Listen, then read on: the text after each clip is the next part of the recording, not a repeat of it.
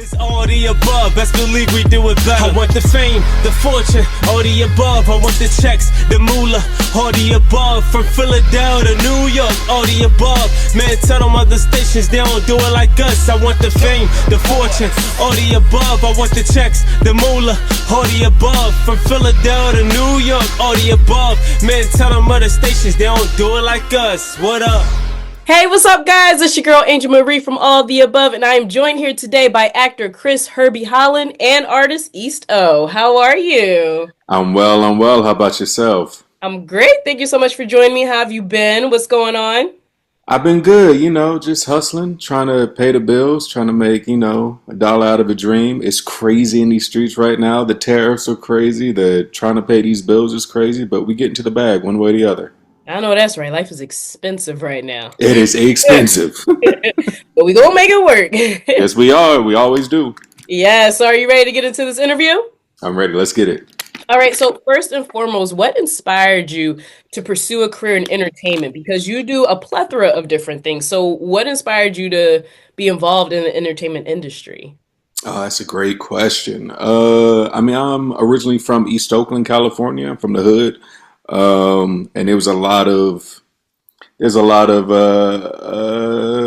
situations that go on when you are from an underserved community. A lot of situations that I didn't want to go back home to at night after, being in school all day. So in high school, I used to go to the movies a lot, really inspired by, movie directors and screenwriters. So I thought I wanted to be a movie director growing up. And I went to Dartmouth College to pursue theater and acting. Really got heavy into acting in undergrad. Applied to a bunch of grad schools coming out. It took me 5 years, but then eventually got into NYU grad acting to study acting to get my master's degree in it. And I got that in 2019. And from there, I've just been sort of, into the races in regards to telling stories. But the music thing came about was when I met Miriam Hyman, aka Robin Hood, my musical collaborator. And I met her back in 2013. She was my tour guide when I was going to go see Yale School of Drama to try to get in. And when she graduated, she hit me up. We would exchange, rap bars here and there. And then from there, I would go over to her place and find her beats. And then from finding her beats, that transformed into me becoming a hype man for her. And then from me becoming a hype man for her, turned into me making beats for her. Then from me making beats for her, being like, if I made beats for her, I can make beats for myself. And then from there, just, getting my art out that way. I like that. Everything just came full circle. And I love how much you really applied yourself. Like you used your circumstances of where you came from and said, I need to do better. Because some people use that and they just say this is the end all be all. Yeah, it's true. Yeah. I mean, I've been blessed to always have a firm community that I can go back to, a firm family life. I mean, from my grandmother to my mom to my dad to my uncles, everybody was just telling me, you're going to get out of here. You're going to go to school. You're going to go to college. You're going to get out of Oakland. You're going to get out of Oakland. You're going to get out of Oakland. So to have that sort of strong support around you, that's all the energy that you need to sort of blast off out of your own, environment. And then from there, it's just keeping yourself out from going back again, to always go back to give, but don't go back to stay, That part. And now we have to talk about your highly anticipated EP, The Kush Project, which drops on Sunday, April 20th. Congratulations Yes, it does. on that. So Thank you. let us Thank know, you. what does this project mean to you both personally and professionally? This project means everything to me personally and professionally. I mean, this is one of those projects where, I really, I've been calling it as what I love about hip hop. It's this sort of three-pronged beast, this hydra. But you have and they all sort of coalesce into the same thing. You got hip hop was graffiti, it was b-boy dancing, and it was hip hop. And all hip hop really is just it's oral graffiti. You're tagging the universe with your sound. That's all you're really doing. And so being able to build these sound sandcastles is what I call them, and to be able to tag the universe with them. This is my first ever EP, my first ever signature that I'm putting on the universe. And I really wanted it to mean something. When I think about the sound that I grew up with as a child. The first sound I remember maybe being 3 years old, running around the apartment with my mom, was listening to Nothing But a G Thing and The Chronic and Dr. Dre, and being like, that album has such a strong um, impact in my life because that's the first thing I remember hearing, and that sound is so iconic. You listen to Dre Day, you listen to Nothing But a G Thing, and you go Compton, you go LA. Like, it is a quintessential sound that captures an entire region. So when I thought of the sound that I wanted to sort of pay homage to, that I wanted to, if this was the first and only project I would ever have to express myself, to show God, all right, this is what heaven sounds like to me. This is what home sounds like to me. I was like, it has to be an homage to East Oakland. And so that's what I took. I took these 4 tracks that sort of sound like the most East Oakland sound that I grew up listening to, and I put them on this track, on this EP, and I called it the Kush in reference to Dr. Dre's The Chronic. And yeah, it just sort of, it spawned out of this sort of ode to hip hop and to the sounds and the songs that, you know, really got me through life. Because it'd be plenty of times just riding BART, or, you know, hustling in Harlem, catching the train or whatever, and the only thing that I had was my earphones, just to, like, you know, keep me company. See, I could dig that. And speaking of that, you wrote, produced, and arranged the entire project yourself. So, what was I the did. most rewarding or the most challenging part of wearing so many hats?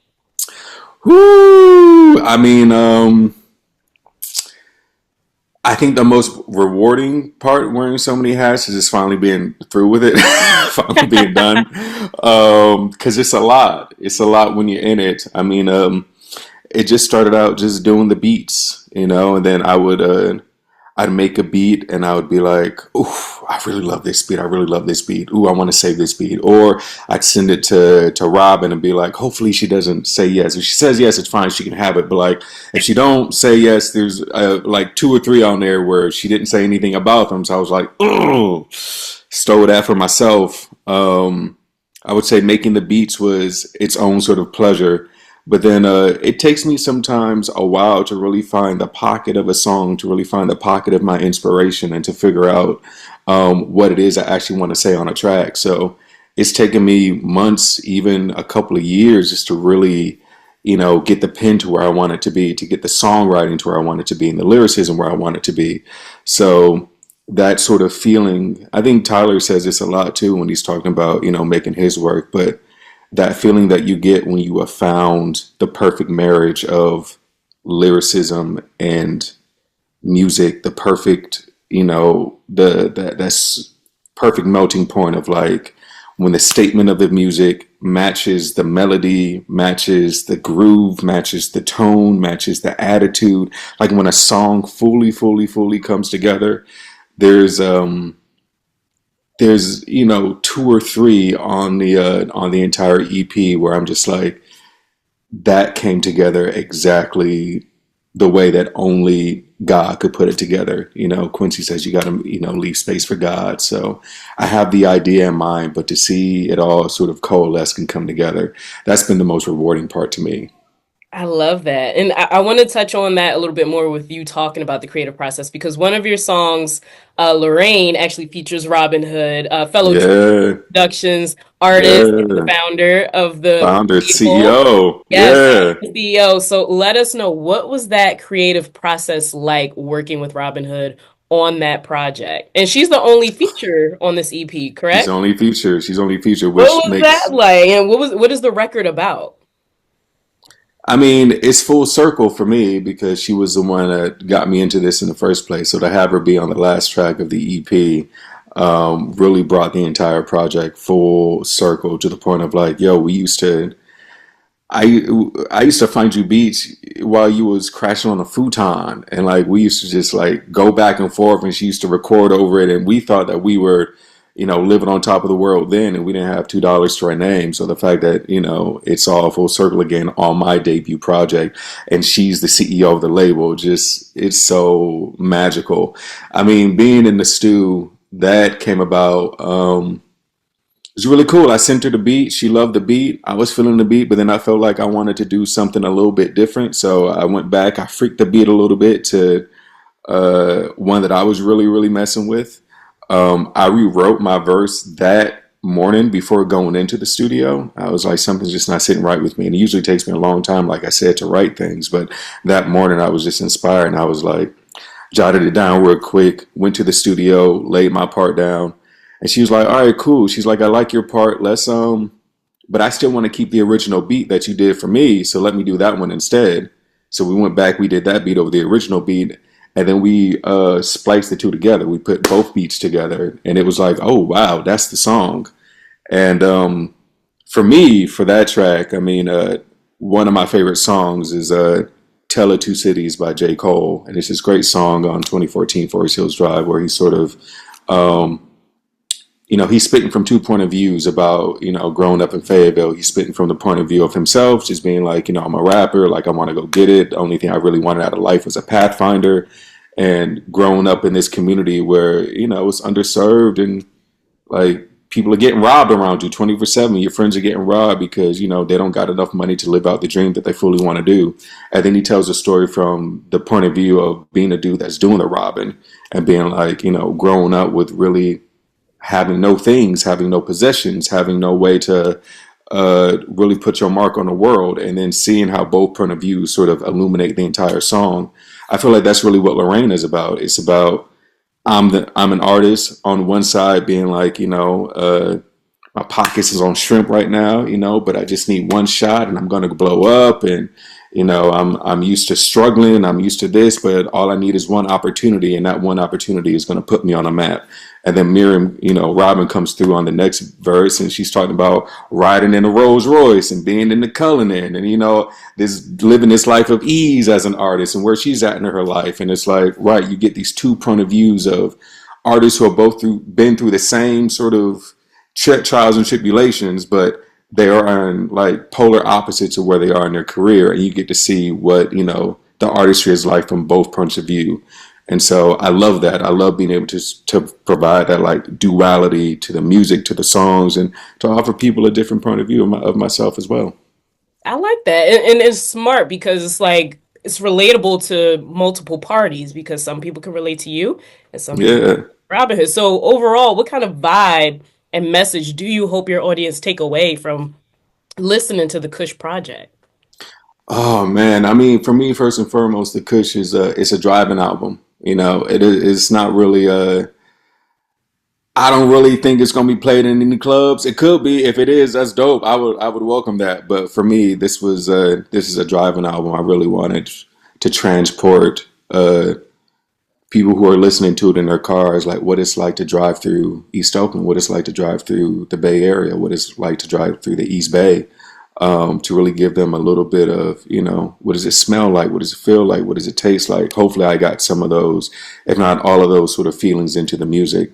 So I definitely want them to take, that away. I want them to be able to take away that this entire project is just a labor of love. It's an homage. It's, Rick Rubin talks about, these little EPs being diary entries, but this is my sort of diary entry to where I'm at a very specific moment in my life, and the fact that I did everything off my own muscle, and I think that's really where we're at in this industry, where if you want to do something, if you want to tell the stories that you want to tell, then like you got to write yourself into your own thing. You got to do your own thing. You can't wait on a studio or a producer or somebody with a bag or a patron to pour into you. You got to have the confidence that your voice is enough, that your point of view is enough, that the love that you have for your community and for the soil that raised you is enough.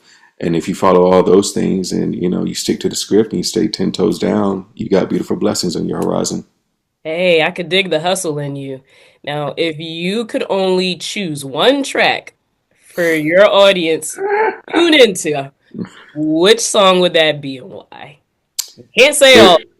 I can't say all of them. I can't, and I want to say all of them. I really do. I would say my favorite track and the track that I really want people to plug into would be Yellow Jackets.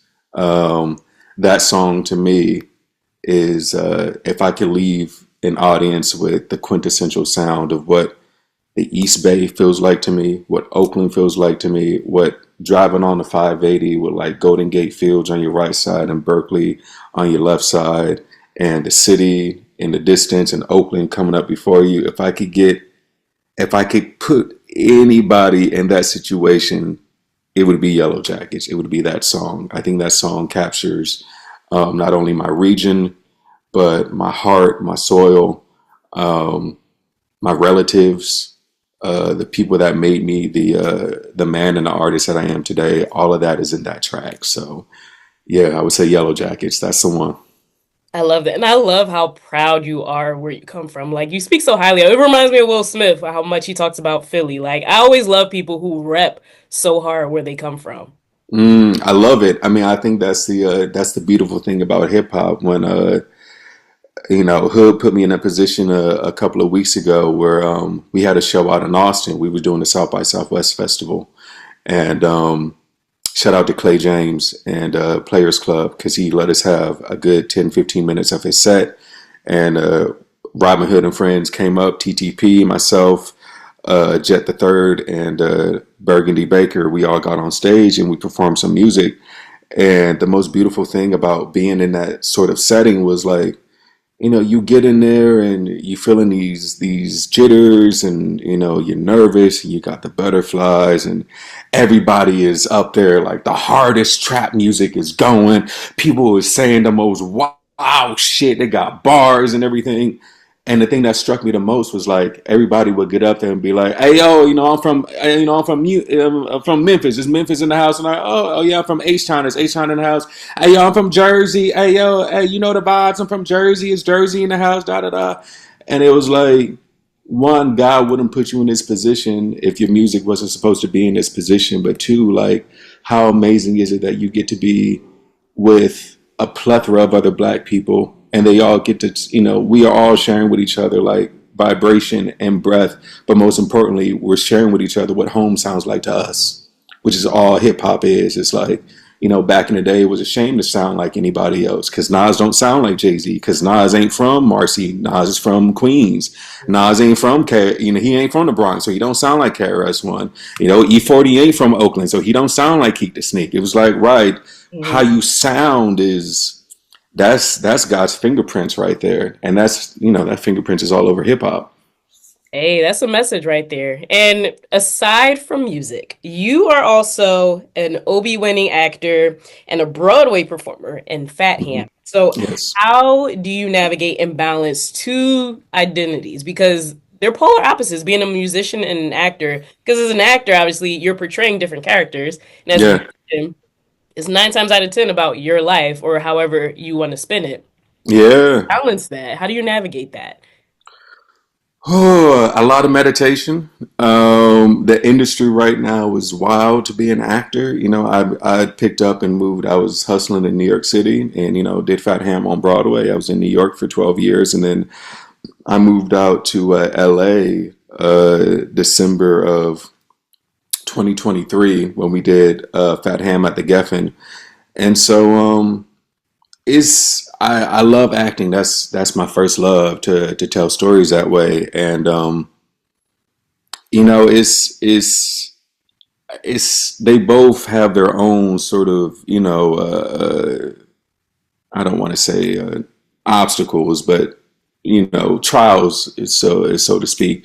But the thing that I love about acting is that it's somebody else's writing. It's somebody else's script. I mean, I am writing myself. I'm now starting to, try to write roles for myself. But all the things that I have been into is just me interpreting somebody else's script, me finding where I fit in, what's personal to me, how I can hook into somebody else's verses. And so that's really beautiful to be able to find that sort of connection and written words that somebody else has put down, and then to be able to take the written word and make it flesh on stage is, I feel like, one of the most beautiful, like, godliest things you can do. And then on the flip side, I mean, working with Robin, she was the first one to be like, no matter what kind of no's we get in this acting business, because we constantly auditioning, you constantly putting your work in front of producers with millions of dollars, and you're constantly getting told no on projects that you feel like you should be a part of. She was the first one to be like, we can do whatever we want with this music. We can say whatever the fuck we want to say. We can be our most full selves. We can be our most autonomous selves, and we don't have to wait on anybody else to say yes to us. We can just do the art that we want to do. And so when the phone isn't ringing, when I'm not getting the yeses from this industry that I feel like I deserve, or where I want to be at, I know that I always have this music to come back to. And that's also a big thing of the Kush. It was like, oh, I get to I might not be getting the roles that I want to in this industry, but I got this really big offering, this really big love note to this region that made me the man that I am today. And it would be a sin to sit on it and not offer it up to the world and let, the entire world hear what it is that I've been working on, what it is that, has fueled my love for so many years. So I think that's how those two things fit together. Hey, I could dig in the fact that you have gotten great advice from Robin Hood, because the both of you are in the same lane. Like, you both do acting, you pursue music, so she's a great partner to have throughout this journey. What would you say is the most valuable lesson that you've learned thus far throughout your career in the entertainment industry as a whole? Oh man, the biggest lesson I would say, you gotta really scout your community. You gotta really scout and what do they say? Recruit. You got to recruit the right people in your community. You got to really vet the right people in your community, and hopefully, if you got your head on straight, and you know where the love is, you really know where the love is. You don't go to people that are trying to exploit you or make you move off of ego and pride or whatever. But if you really know where the love is, and you put those people around you, that to me, I feel like is the key, because I don't want to get too emotional or anything like that, but there's going to come a moment, and there always does with every single artist, where that phone does not ring, and it doesn't ring for a very, very, very long time. And for me, like, besides Fat Ham, it's not been ringing for a couple of years, and there's this need to want to quit. There's this need to want to be like, all right, it's over. I ain't got, nothing else to give, or nobody wants to hear this, whatever. And having the right people around you to put hands on you, to pray on you, to give you hope when you don't have any hope yourself, to be like, no, you got this. No, you the man. No, I believe in your art. I mean, I got people who are flying in from New York City to listen to my release party. So no matter how I'm feeling on the inside, whether I'm like, man, ain't nobody gonna fuck with this, or it's only gonna get 2 streams, or my mom says she gonna buy, she gonna be the only one that buys it on iTunes. No matter how I feel about it, it's like, no, I got people flying 3,000 miles who are like, they paid hard-earned money to be in a space with me, to be like, I love you and I believe in your work. And so those are the Oscars, those are the Grammys, those are the Emmys, those are the Tonys. It's not this award, it's the people that are around you to be like, yo, your dream means something. And like, even if you don't believe in it, I believe in it enough for you to help you keep going. So I would say that to people, put the right people around you. Key word. You always need a strong circle, because it's a Always. very tough industry out here. So it's like you need that motivation to keep you going, because it takes a lot of strength and a lot of mental Yes. strength at that too. It does. It does. I mean, don't nobody get off, you don't leave Earth without having that engine. And it's like you can't provide all that takeoff for yourself. It's like I can only get myself off the earth so far, but when I look back at people who have, really got me off, I lost both my grandmothers last year, in the span of 2 weeks, but like they were the biggest matriarchs I ever had in my life. And they helped get me out of Oakland. They helped get me out of the hood. They helped get me to New York City. They helped get me to Dartmouth College. They helped get me to LA. It was like, right, I've had so much help along the way. And this is me coming from nothing, from East Oakland. So it's like you gotta count your blessings. You gotta count the people that are around you that are quite literally putting you on their back, because they believe that by hook or by crook, you're the one that's gonna make it. And it would be a sin not to pay back their labor tenfold, to not release or to not go hard with whatever it is that you're doing, whether it's, the dream of being a beautician, or the dream of going back to school, or the dream of getting your GED. It's like there are people around you that want to see you win, that really truly want to see you win. And like, you got to do it for them. No, I agree with that. And speaking of, you got to keep the grind going, the momentum up.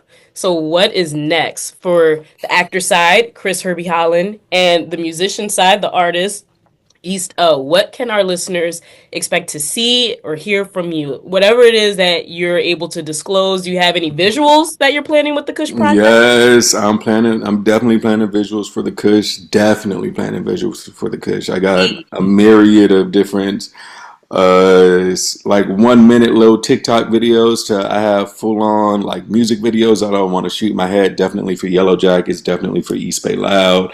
I think me and Hood probably gonna do something for Lorraine. Knock on wood. So I think just bigging up this project, for the next year, if not couple of years, because I really feel very strongly about this, and I just want to keep pumping the sound. And then in regards to, the whole acting front, like I said before, I'm constantly auditioning. I'm still putting my hat in the ring for things, but uh, I really want to break into TV and film. And at the moment, that has just been a lane where the door has always been slightly closed to me. So my best friend is teaching me how to write scripts. So I'm gonna be writing scripts. I'm gonna be writing my own stuff, and then I plan to put my music into my own movies along with me starring in it. I want to do a nice little Donald Glover sort of childish Gambino sort of thing of like, yeah, I can do Guava Island, but I can also act in Guava Island opposite Rihanna, and I can put my music in Guava Island. It's like I can do it all. So I think becoming a full autonomous art house in and of myself, director, screenwriter, actor, musician, that's something that's been on the zenith of my mind. So I think Yes, that's where I'm I'm headed to big on next. manifestation. So speak it all into existence. We gonna see you on those screens soon. I'm gonna see your name Yes, as you are. writer, producer, actor, all that stuff. I'm like, he said that. Yes, you are. Uh, I said it on your podcast first. Woo! You were Remember, the y'all first heard it here one. first. Yes, come on. Now, for all the great things that are gonna happen in your future, how can all of our listeners and viewers stay up to date with everything that's going on in your world?